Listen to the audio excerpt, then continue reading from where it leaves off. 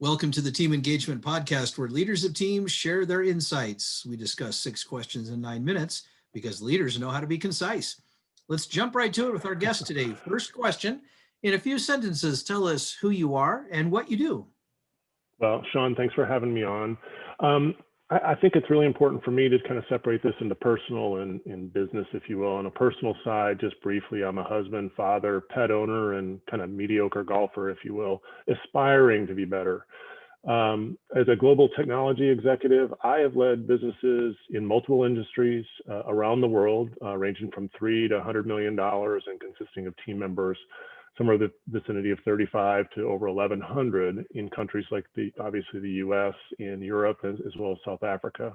One of the things I'm most proud of, or what I'm about, if you will, I've had the opportunity to establish 2 businesses in my career, in addition to the Southeast Premier Executive Association called Kettering Executive Network. We leverage its 19-year legacy of paying it forward as servant leaders to the Atlanta and kind of Southeast Metroplex, if you will, with 1,500 team members all around the Southeast.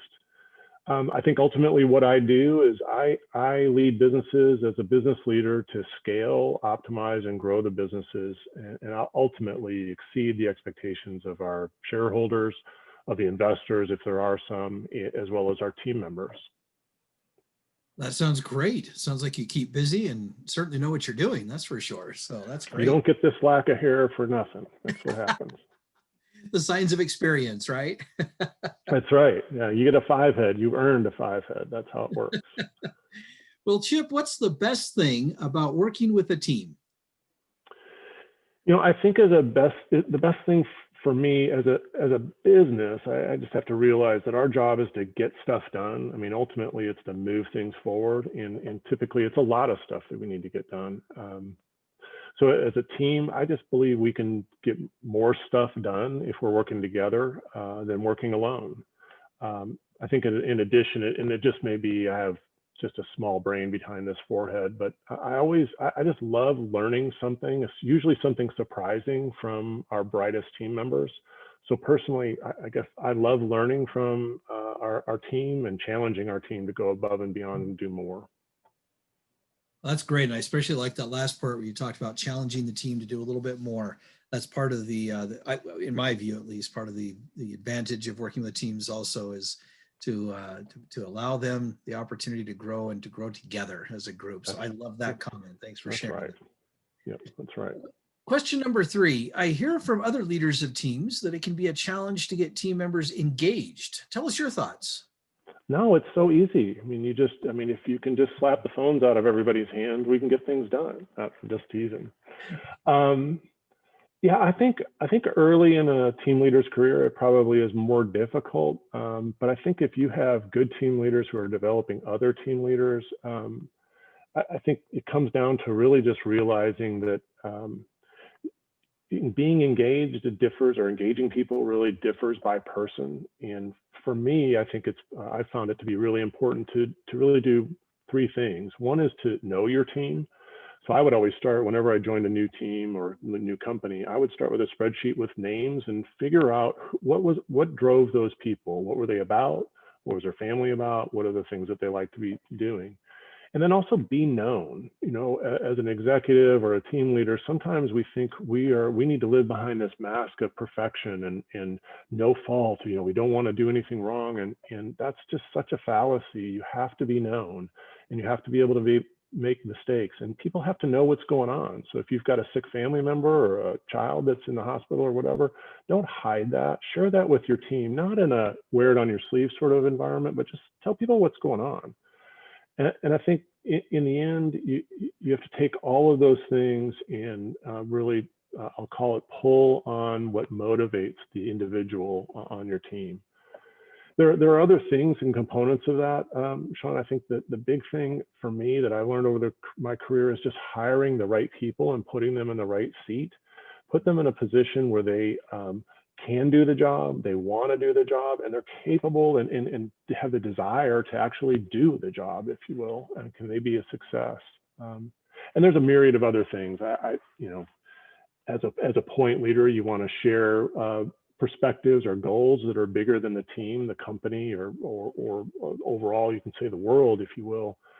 And we always have to ask the question, at least in my book, and I'm just simple-minded, is that what's best for our customer, what's best for the company and shareholders, what's best for the team, and what's best for the individual, and kind of in that order as we're doing things and prioritizing things across the board.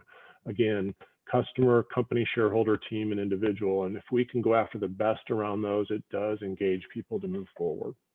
Those are great concepts. I really like that. And I especially agree with the idea of taking an individual approach, that every person marches to a slightly different drum. And ideally, you're right, we got mostly the right people, but you still have to look at them as individuals, because it's never a one size fits all situation. So great comments. Thank you. Yep, sure. Question number 4, what other piece of advice do you have for leaders of teams? Wow. I think we only have 9 minutes, so here we go. I kind of alluded to this earlier, but it's my number one thing, and it may just be the stage in my career and so forth, but it really is all about surrounding yourself with exceptionally headed and exceptionally hearted team members. And what I mean by that is that exceptionally headed team members have a depth of knowledge and capabilities and perspective about their particular role and how they can get it done very, very well. And then exceptionally hearted folks and wired that way are all about other people. It could be about your customers, your company, your team, whatever, but you have to have both. And what we've all worked in organizations where you've worked, especially like volunteer organization, exceptionally hearted people, but may not have the exceptional capabilities that are needed to actually get that done. And there's nothing wrong with that. It just, you have to know the environment. And we've also worked, and I think arguably a worse type organization, where you have exceptionally headed people, too smart for their own good, can't do any wrong. I mean, they're just the most brilliant people, but they stink to work with. They're not any fun to work with. They're not any fun to be around. They're good, but you just hate working with them. Well, that's disastrous. So you really need both. And I think as a leader, your job is find exceptionally headed and exceptionally hearted people. Don't hire them until you know that. I would say one other thing, and this is probably just me, I need to look in the mirror more often and tell myself this, and that is breathe.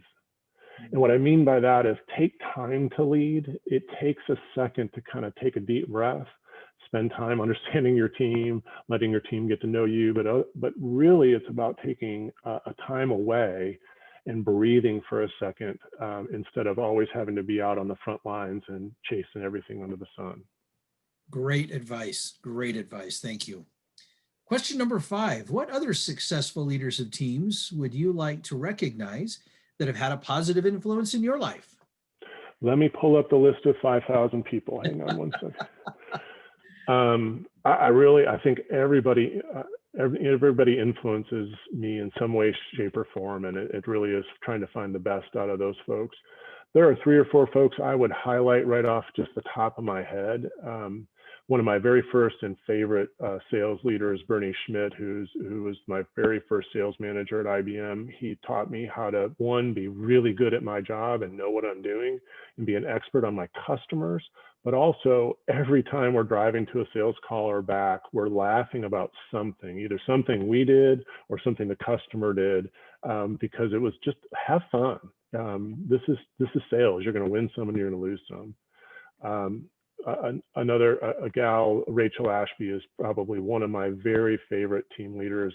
I didn't work for her. We worked together on a national accounts program. She was a set it and forget it type person, such a pro. You could give her the most complex national problem to solve in a matter of minutes. She would have a team assembled and we'd be working on it and getting it done. And there are a myriad of others. Tom Bond, who's just one of the most selfless but brilliant people in the world of leadership and executive leadership. And then just Stephanie Wise, I would highlight as well, as one of my favorite people in the working world. She's one of our finance managers and just full of integrity, hard work, and just honesty. You couldn't ask for a better team member. You could just count on her constantly. So I could create a list of 1,000 people. Great people for sure that have obviously had a great influence on you. So thank you for recognizing them. Last question. Tell us about your first job. Man, you're going back in the dark ages. I don't know that we had power back then, but we'll go there. Aside from shoveling and mowing lawns in Michigan, the first tax-paying job that really set me on my path to success, if you will, I sorted empty bottle and can returns at a local rural IGA, and it taught me I never want to shake nasty cigarette butts out of a stale can of beer ever again. I never want to go back to that. But good learning lesson, just so nasty. That's usually what happens with that first job is we start to learn what we don't want to do, right? We need a mental block. There's got to be something we can just put in place that we don't have to remember that smell and that environment. It was bad. Oh my, well, thanks for sharing it. Hopefully it didn't bring up too negative memories there for you, but yeah, thank you so much for being on the podcast today. How can people find you?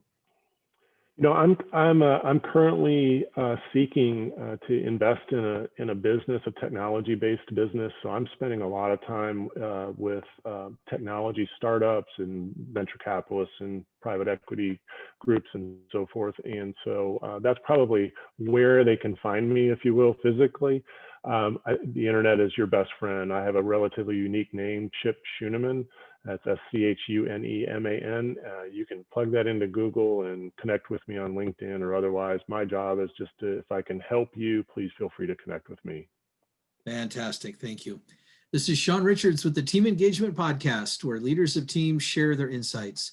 For more ideas, go to teamengagementpodcast.com and you can download our engagement booster tip sheet, give you some ideas on how to boost engagement from hiring all the way to the time we need to part ways with the employee. Again, that's teamengagementpodcast.com. Thanks so much for joining us and have a great day. Thanks.